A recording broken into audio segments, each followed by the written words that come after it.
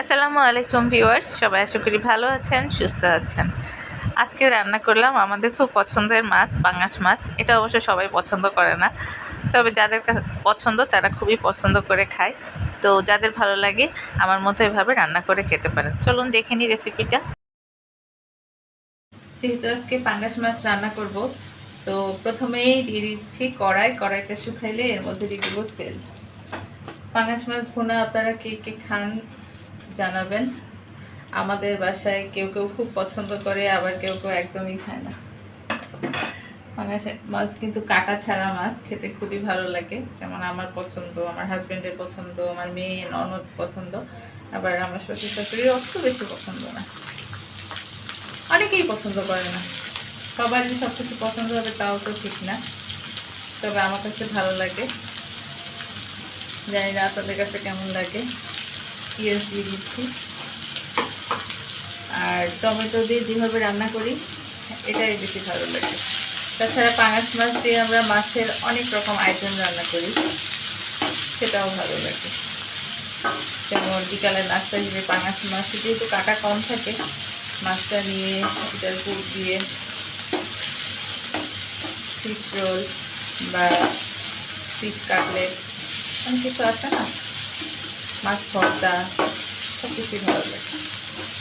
মাছের চূড়া, যেহেতু কাটা কম, এই মাছটা ভালোভাবে ব্যবহার করা যায়।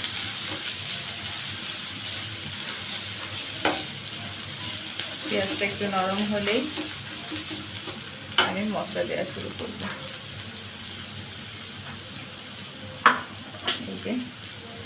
এখন দিব একটু অল্প রসুন বাটা আর একটু জিরা বাটা। আদা বাটা দেওয়া লাগবে না, মাছে বেশি মশলা লাগে না।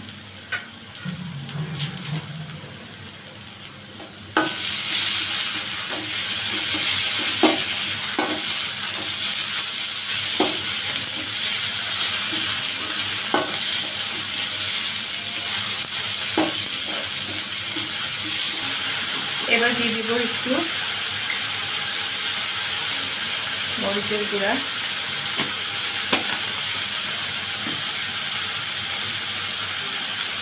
হলুদের গুঁড়া,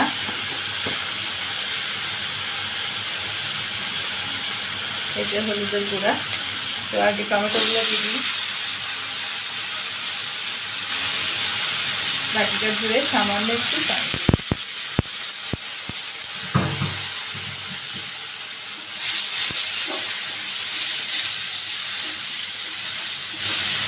কাঁচা মরিচ দিয়ে দিলাম।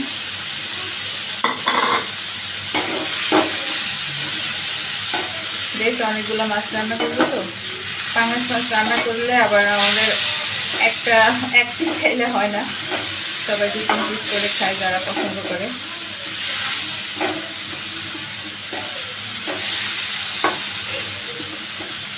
এই যে এটা একটু কষাতে হবে,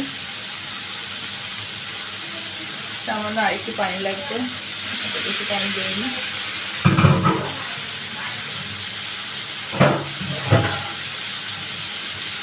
এটা কষতে থাকুক তেল ওঠা পর্যন্ত।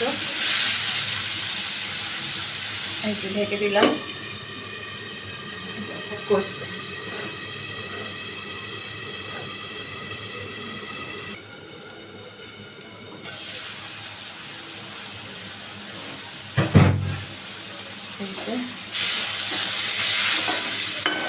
এটা অনেকটা কষে এসেছে।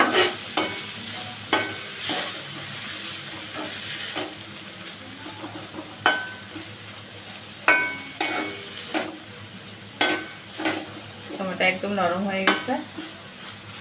এখন আমি এর মধ্যে দিয়ে দিব লবণ। টমেটো আছে যেহেতু খুব বেশি লবণ দিব না, প্রথমে 1 চামচ দিয়ে দিলাম, আবার লাগলে স্বাদ মতো দিয়ে দিব।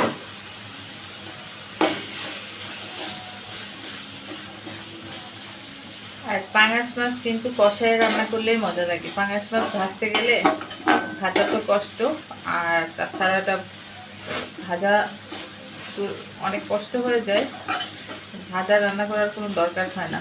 আমি যে এবার এর মধ্যে পাঙাশ মাছ দিয়ে দিব। পাঙাশ মাছের গায়ে যে কালো কালো ভাবটা থাকে, এটার জন্য আপনারা কি করবেন, পাঙাশ মাছটাকে ভালো মতো ধুয়ে, লবণ দিয়ে ধুয়ে তারপরে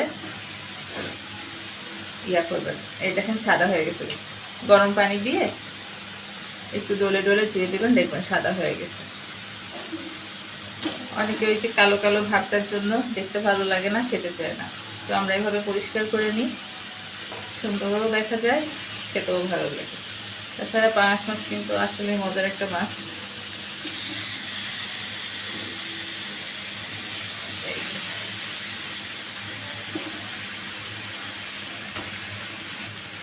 এবারের মধ্যে পানি দিয়ে দিব আমি, একবারে ঝোলের পানিটা দিয়ে দিলাম।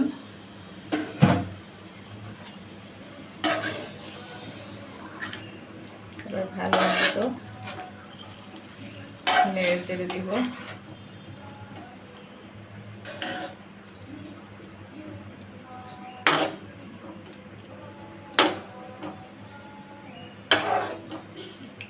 তারপরে মিডিয়াম আছে ঢাকনা দিয়ে ঢেকে রাখবো। এরপর আর খুব বেশি নাড়াচাড়া করব না, খুব নরম মাছ, এটা অল্প সময়ের মধ্যে হয়ে যাবে।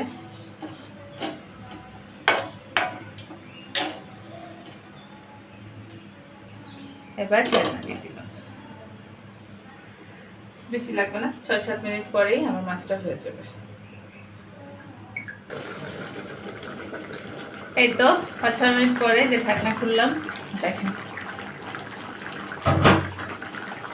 একদম হয়ে গেছে, মাছগুলো সিদ্ধ হয়ে গেছে।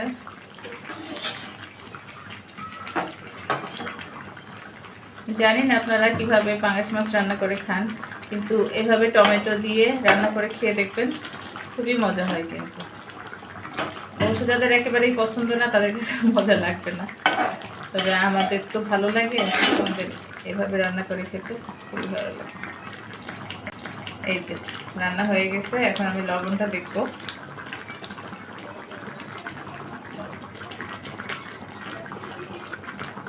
লবণ আর একটু সামান্য দিতে হবে, দিয়ে দিলাম, একটু নাড়া দিয়ে দিই। তারপরে দিয়ে দিচ্ছি ধনিয়া পাতা।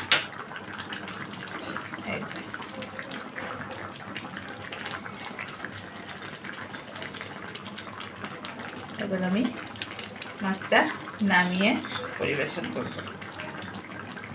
আপনারা বাসায় এইভাবে ট্রাই করে দেখতে পারেন, আশা করি ভালোই লাগবে, খারাপ লাগবে না।